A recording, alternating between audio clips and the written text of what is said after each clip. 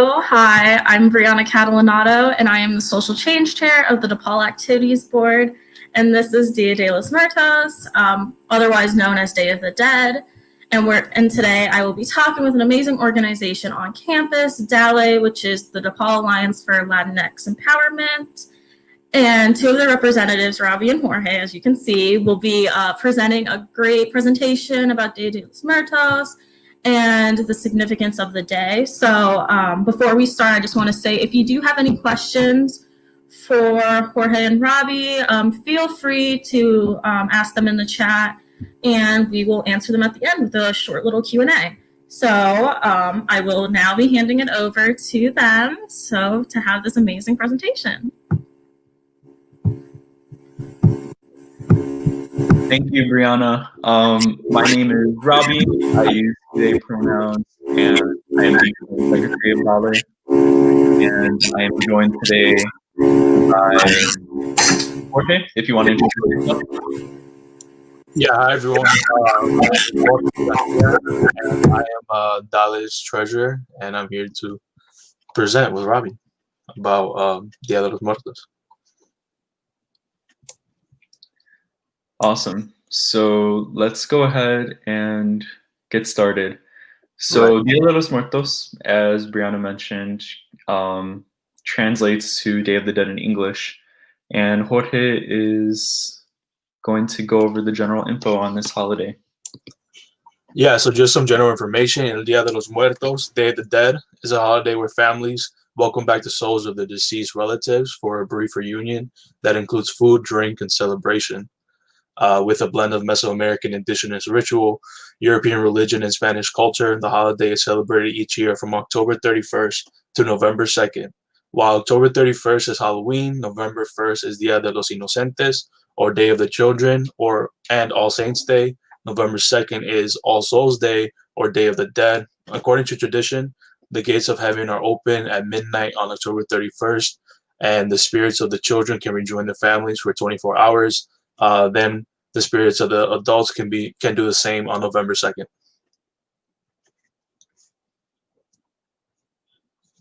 So I wanted to go over the origins of the holiday. So the origins of Dia de los Muertos goes back about 3,000 years to the rituals honoring the dead in pre-Columbian Mesoamerica. The Aztecs and other Nahuatl people living in what is now central Mexico held a cyclical view of the universe and saw death as integral, ever-present part of life. Upon the arrival of European invaders, this tradition began to see a mix of indigenous and Catholic traditions, often imposed upon natives. So Dia de los Muertos, as mentioned before, is rooted in Mesoamerican indigeneity. Upon dying, a person was believed to travel to Chiconamictlan, the land of the dead. Only after getting through 9 challenging levels, a journey of several years, could the person's soul finally reach Mictlan, the final resting place. In Nahuatl rituals honoring the dead, traditionally held in August, family members provided food, water, and tools to aid the deceased in this difficult journey. This inspired the contemporary Day of the Dead practice, in which people leave food or other offerings on their loved ones' graves, or set them out on makeshift altars called ofrendas in their homes. When putting this presentation together, I really had to think critically of the holiday, which I'll bring up in the next slide as well, because I believe that it is important that we recognize the native traditions before the forced assimilation and mixture of Catholic tradition were as they were, as you know, we're presenting it right now, before the mixture with, I guess, Catholic traditions. And really the mixture, in a way, along with other attempts by the invaders, Spanish invaders, was to wipe out and try to decrease knowledge on indigenous traditions, indigenous religion, and culture. So Celebrations of the dead were also seen in Europe, and which is also why these two, celebrations were in a way combined. So pagan celebrations of the dead also took place in the fall and consisted of bonfires, dancing, and feasting. Some of these customs survived even after the rise of the Roman Catholic Church, which unofficially adopted them into their celebrations of two minor Catholic holidays, All Saints' Day and All Souls' Day, celebrated on the first 2 days of November. In medieval Spain, people would bring wine and pan de animas, spirit bread, to the graves of their loved ones on All Souls' Day. They would also cover graves with flowers and light candles to illuminate the dead souls' way back to their homes on earth. In the 16th century, Spanish conquistadores brought such traditions along with them to what we now call Latin America, along with a darker view of death influenced by the devastation of the bubonic plague.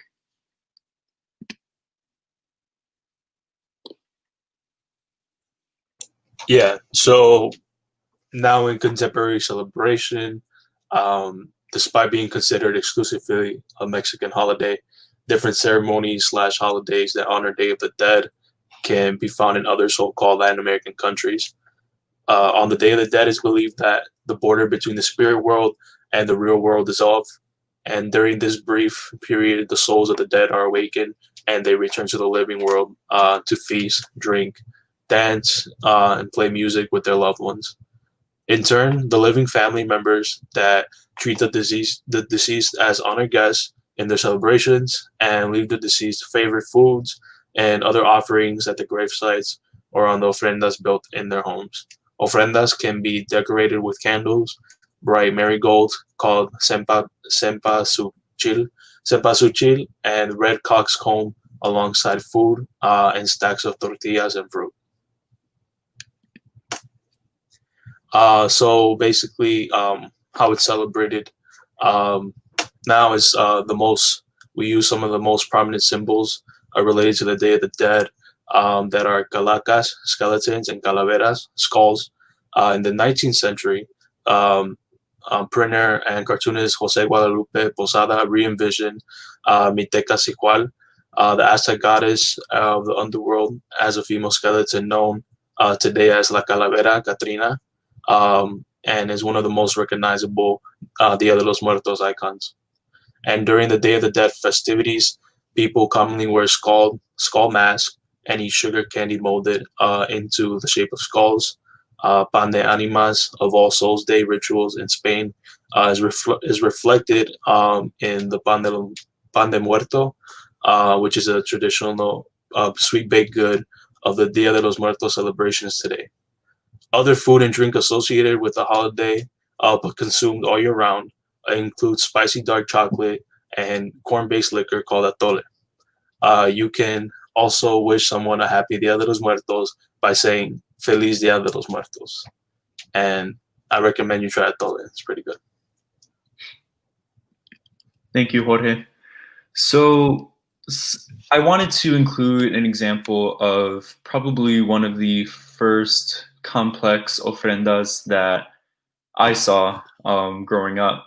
So as we know, in 2016, there was a fatal mass shooting in the Pulse nightclub in Orlando.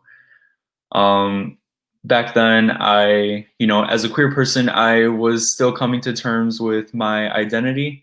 So this was especially an important ofrenda for me to see growing up and attending high school.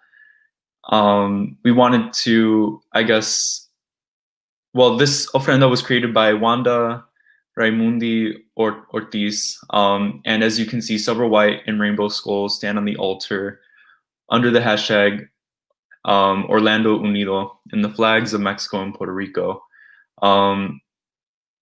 Something that I think is also important to mention is that a lot of the ofrendas are supposed to include 4 elements: water, earth, fire, and air. So the fire is supposed to be represented in the use of candles. The earth elements are supposed to be represented in the pan de muerto, and other baked goods that folks leave for their loved ones to eat on their journey back into the afterlife. The water, of course, is supposed to be represented in perhaps a favorite beverage of that person. Water, of course, sometimes wine. And the air element is supposed to be represented with papel picado. As we can see, that's not really included, but you can interpret this, the air being represented with the use of flags, which we all know wave in the air when it is windy outside. The arch is supposed to represent, as we can see with the hue confetti, the rainbow confetti above the flags, is supposed to represent the entry for those making the journey back to,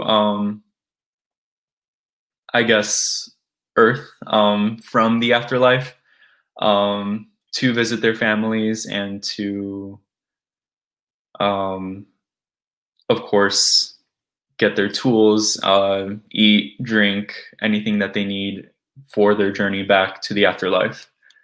So that concludes our presentation. And as a brief moment of reflection of the holiday, I wanted us to really think and appreciate those that we still have in our lives. In the midst of a pandemic, so many people are experiencing loss, and I would just call you to reflect on those that you have in your lives now, to think about those who may have passed, for about 2 minutes. And I'll mute myself as well.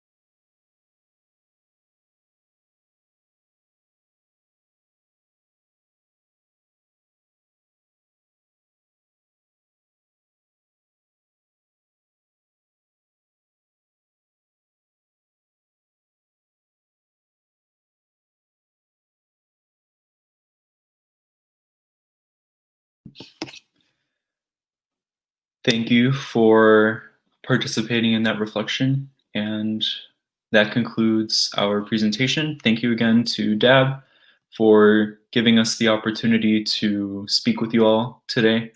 And I ask that you continue to think critically when it comes to celebrations like these that are rooted in indigenous practices. As we, I myself have observed my privilege when being able to talk about this, seeing the commodification of the holiday. Many of us can see, things being sold at stores that are supposed to represent this holiday, a holiday that is being commodified when it is supposed to be sacred and supposed to honor those that we have in our lives and honor those that have passed. So I thank you for the opportunity to speak with you all today, and I guess we can start taking questions. Perfect. Thank you so much, Robbie and Jorge, for that amazing presentation. But yeah, so like Robbie said, if you do have any questions, feel free to ask them in the chat and we will answer them. But yesterday on the DePaul Activities Board Instagram page, which is at @DAB_DePaul, we put up a question form. So if you have any questions, you can ask them. And we have a couple of questions to ask. So someone asked, if you're familiar with the with Dia de los Muertos, flowers play an important role. So someone asked, what is the significance of orange flowers? Yeah, so the marigolds or the cempasúchil, basically, it's believed that they have a large role when it comes to bringing the dead back home. They use the vibrant colors and the powerful scents of the flowers to help them find their way back home to their ofrendas. And yeah, so it just adds, I guess the color and everything just makes it very beautiful, sort of really organic. And I want to say that my grandma, even now, like she still sometimes puts out some flowers and some drinks along the side of her own like small ofrendas and lights up a candle. Something really simple. And I wish it's something that I would celebrate a lot more often every year. But definitely, it's something that's really cool to learn about, and I'm happy to be teaching to other people. Cool. Okay, and then we also actually going off of that, I was curious, and I bet a lot of people are curious. So with the ofrendas and everything, does people do it differently, or is it just kind of like the same structure? Like what goes into it? I know it was kind of explained in the presentation, but like beyond that, like do people do it differently, or yeah? Yeah, so I asked my parents basically how they celebrated it back home or when they were in adolescence, and they were a little bit different. I mean, one of them said that it was just something that's really simple, that they would just put out some bread and put a candle up, and on the other hand, they would also like decorate the ofrenda and really, take their time with it, and so it just depends, I guess. Like Robbie was saying, a lot of it's being like commodified. It's just like, yeah, let me just buy all these decorations and just make something really beautiful and eye catching. But sometimes even something really simple will have the same effect. And also, like, ofrenda is something that I learned. Folks that practice the religion known as Santeria, which is a religion that's rooted in Caribbean tradition, Caribbean culture, and Afro-Caribbean culture at that. A lot of folks have ofrendas and altars set up throughout the entire year, all year round. And I know my grandfather, he has a little, I guess, frame with kind of like an arch that he keeps in his office at his shop all the time of his own father. So there are several different ways like that folks do honor the dead. Obviously, like what Jorge said, like altar compositions vary depending on the family, depending on the culture, the region in Latin America. So yeah, there's just so many different ways, which is I'm just happy that like we're able to talk about like Dia de los Muertos and I guess its roots in like indigenous practices and kind of like how those practices transcend borders, because as we know, like borders are socially constructed. Borders aren't real. They're imposed. So, this tradition in honoring the dead, it transcends that. And that's something that I find fascinating about this. Perfect. Yeah. And then we have a question from the chat. I will put it up on the screen. So Ariana asked, what are your thoughts on the Disney movie Coco? Should I start? Yeah. So personally, I actually really enjoyed that movie. I watched it like almost a dozen times probably. I just thought it was really like a good story. And I really love the visuals, and I guess sort of how they integrated like their own research into making like a Disney movie about the Day of the Dead. So I guess for me, it was really enjoyable to see something like that go mainstream.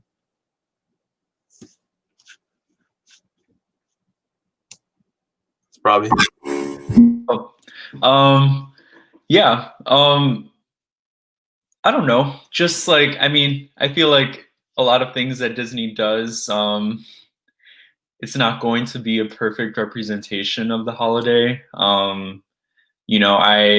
Like I mentioned, like the holiday has been commodified over the years, especially by non-Indigenous folks. So, like Jorge said, the storytelling, phenomenal. I enjoy, I guess, I don't know. I enjoy the music, of course. I think that was a lot of people's favorite part. But it definitely brings up a lot of,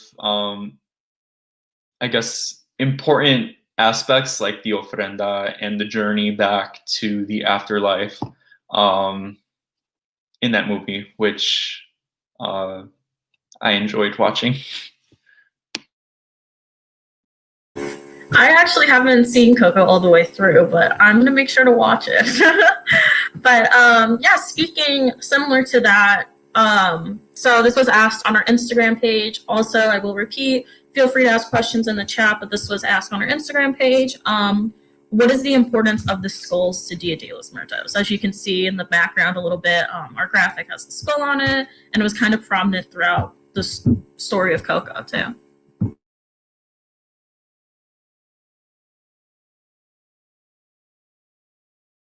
Okay. So like as I included in the presentation, um, they these are like some of the most iconic, I guess, things that come to mind when you think about Dia de los Muertos is like the skulls, and then you have like the candy skulls. So it's sort of like, I guess, I have to pay respect to the dead and celebrate that. Um, and also just keep them in your memory because it's a celebration, right? It's not like it's supposed to be sad. It's supposed to be something that's celebrated, and you're supposed to be happy that you're able to connect with respect and honor your dead. So yeah, that's about as much as I can say on it personally. I think one of like the most accurate representations of those that have passed on are the skulls, mostly because they are mostly correlated with death in general.